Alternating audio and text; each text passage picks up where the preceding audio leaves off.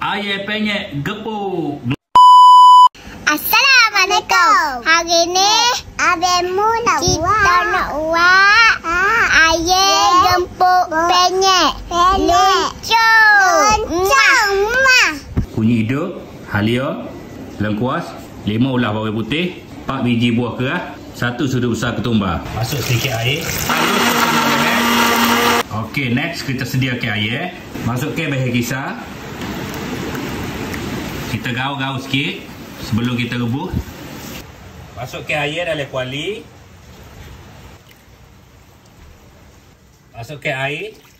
Dia tergelas separuh air. Masukkan daun salam. 2 batang serai. Sikit gula. Garam. Okey, untuk sambal penyek, sediakan cili padi, 4 ulas bawang putih dan sedikit gajus. Orang Kelantan panggil butir tereh. Okey, ayam kita masak dah. Kita tuskan dulu. Goreng bawang putih. Goreng cili padi. Goreng buah gajus.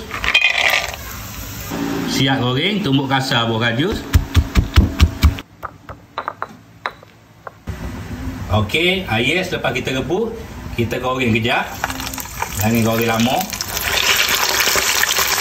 Okey, kita penyek bawang putih dengan cili padi yang kita goreng.